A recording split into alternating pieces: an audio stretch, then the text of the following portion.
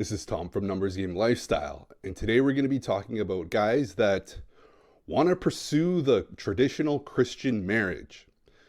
Probably what worked for your parents, you want to replicate that in your own life. And how do you go about doing that in this day and age where, it's very rare for that kind of thing to happen? But that's the thing.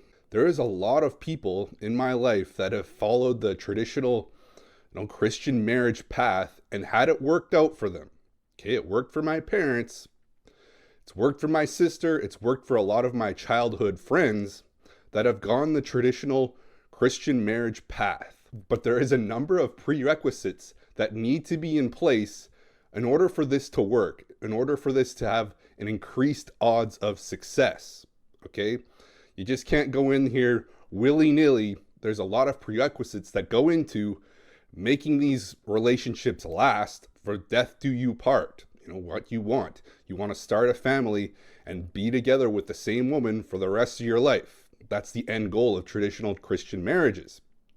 You want to find the one and stick with that one for the rest of your life, and you raise a family.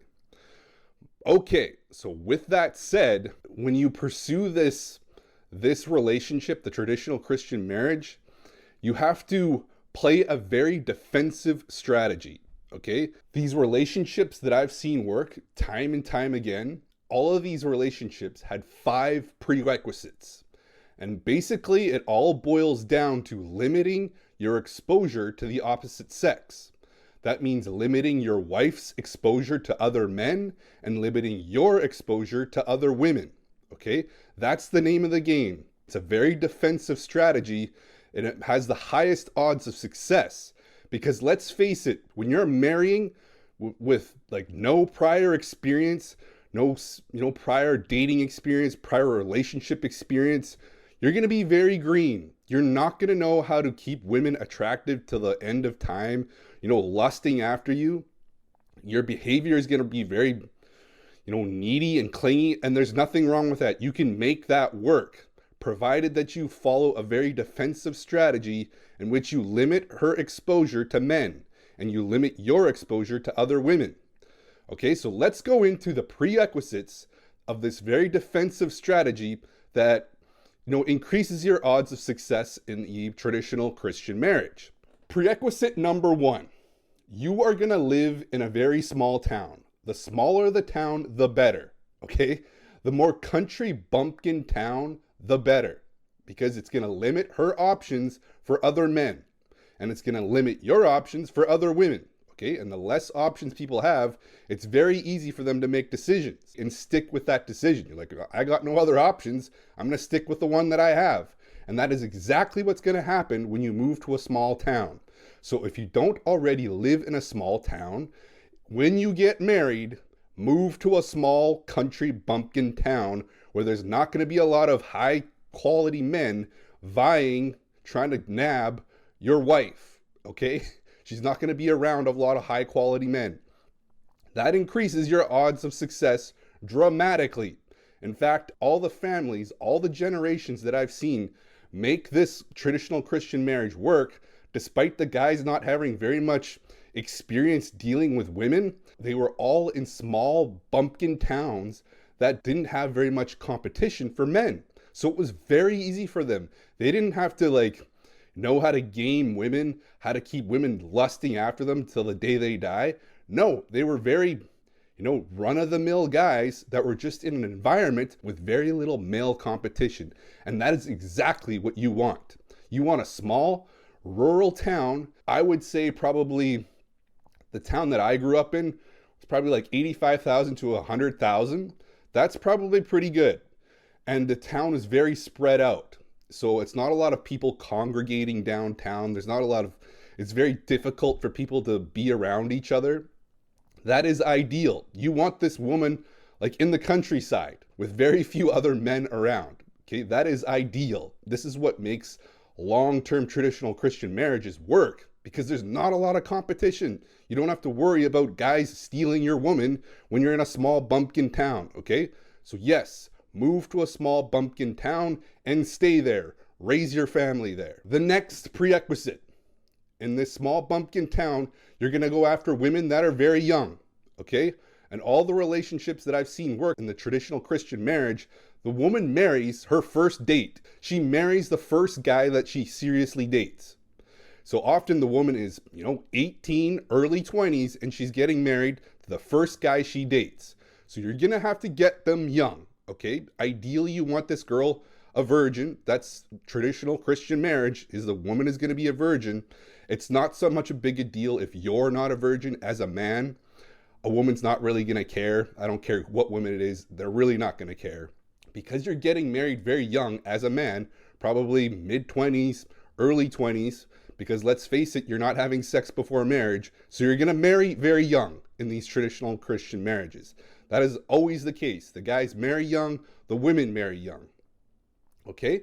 So that is what you're going to do. You're going to shoot for women that are young and preferably virgins, and you're going to be the first guy that she dates, probably. Now, with that said, because you're getting married very young in a traditional Christian marriage that's going to last you to the end of the time, because you're getting married so young, you cannot be very picky, okay? These people marry the first person they date. Often case, that's what happens. Either the guy marries the first or second relationship that he has. They don't mess around. They don't date around. They're not looking for Mr. Perfect. Their criteria is very small. A woman is looking for a man that she finds somewhat attractive and is a Christian. Same with the guy. The guy is looking for a woman that is semi-attractive and a Christian. There's two prerequisites, and that's about it.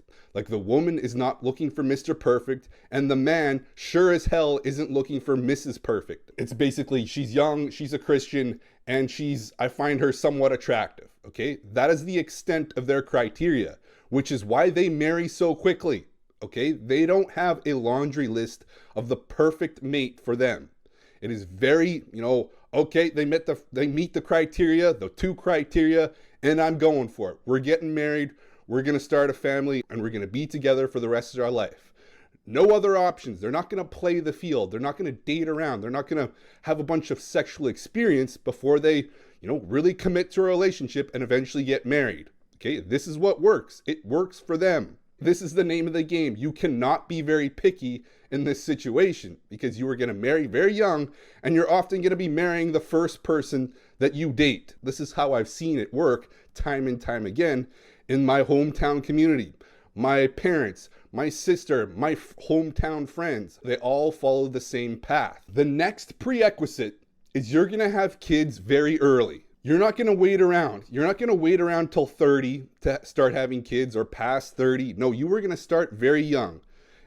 As a man, I would recommend as soon as you find yourself somewhat financially secure and you think I could probably provide for another child, then yes, absolutely put a bun in the oven. Because here's what's going to happen. This accomplishes three things for you when you get your wife pregnant, okay? First, you are going to be fulfilling her biological drive to reproduce when you impregnate her. This is going to put her entire focus, instead of on men and getting laid, it's going to be putting on raising a child, caring for a child. Okay, her whole instincts are going to change. It's going to be all about nurturing this child instead of like finding the best quality mate to get laid with, okay? So yes, it fulfills her biological need to reproduce. So absolutely take care of that need ASAP, because it's going to put her mind at ease and be like, yes, I got pregnant. I'm raising a kid. My life is grand. The next thing it does, it increases her investment in you. Okay, you've impregnated her. You are going to be with this woman for the next 18 years at least. You're going to be tied to this woman because you're both, raised a child together. You're both going to raise a child together. Having a child with you increases her investment with you. She's like, okay, like I got knocked up by this guy. I'm with this guy for at least the next 18 years. She is invested. The next and finally the most important thing that this does, when a woman has a child, it significantly lowers her sexual market value. I hate to say it, but everybody knows it. As soon as a woman gets pregnant, a lot fewer men are interested, okay? And there's no getting around this. All the high tier men that see your wife, maybe they have their eyes on her like, oh man, like I'd sure want that chick. Soon as they find out that she's got kids, a lot of the high tier men are just going to be like, okay, on to the next one. Not interested. Because high tier men want single women. They don't want to have a bunch of kids that they have to deal with. You know, your kids that they have to deal with. Okay? So it significantly lowers your competition as soon as you impregnate her. Okay? It's going to be like a lot of the top tier men are just going to be like, okay, not interested in her anymore. On to the next. And that is a good thing for you. Okay? So knock her up early. Okay? And lastly, the final prerequisite. What kind of work she does. Now, ideally, you want this woman to be at home raising kids. But at this day and age, with the way wages are, it's probably not very likely that you have the financial means to provide for the entire family. Most likely, she's going to have to work as well. And in these situations, it's very important that the woman works in an environment with a lot of women and not a lot of men. Okay? The fewer the men, the better. So if she works at a nail salon or a makeup shop, okay, that is ideal, where all of her exposure is going to be to other women. Okay? Great. Fantastic. That is what you want. You don't want her around a bunch of high tier men, you know, that outcompete you. Again, remember, you're a guy with very little sexual experience, very little dating experience, very little relationship experience. So you have to limit her exposure to, you know, top tier men that know what they're doing. Okay?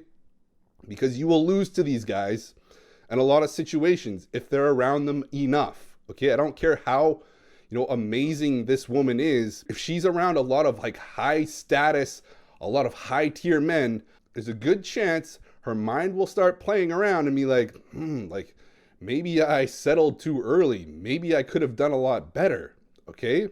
So that is why it's a good thing, again, limiting her exposure to men by having her work with women and not around men. And that applies to you as a man as well. Because let's face it, you have very little sexual experience. You have very little relationship experience.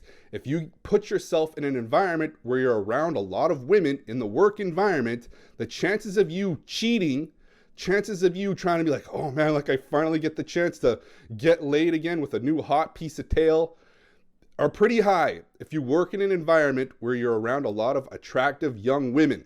So ideally, you work in an environment where it's just men.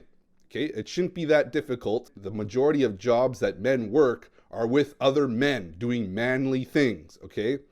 But if you're one of these guys that like works in an advertising agency or, you know, works in a kind of like a feminine role where you're around a lot of like attractive young women, the chances of you slipping up and cheating on her are fairly high in the long term because, you know, you're so desperate. You're like, man, like, things aren't going so well in the marriage. Like, oh man, and I've got this hot piece of tail next to me. You know, the chances of you screwing up are fairly high in that environment. And the last thing I'm going to say that will help increase your odds of a traditional Christian marriage working is if you continually go to church. Okay, this shouldn't be that difficult for you. If you're both devout Christians, continue to go to church together. That forms a community together where it reinforces couples stick together. Couples don't look at other people. Couples don't like fantasize or lust after other people, right? It continually reinforces that, you know, my community doesn't do this. My community doesn't look at other men. My community doesn't look at other women, right? It continually reinforces that, okay, we've got to stick together and we're never going to break up. It's impossible. We're not even going to look. We're not even going to entertain the idea of breaking up or divorcing.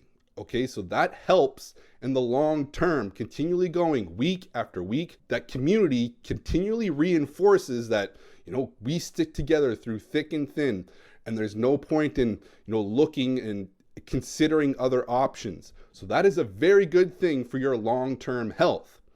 Anyways, guys, that's the video. Those are the big prerequisites that I advise guys to, you know, lock in if you want to pursue the traditional Christian marriage that I think a lot of guys really want to pursue. They want to like replicate what their parents did. This is how you increase your odds of success pursuing that relationship model. Anyways, guys, that's the video. There's coaching links down below if you want to get serious with this, and get to the root of your problems and solve them. Anyways, guys, that's the video. Thanks for watching.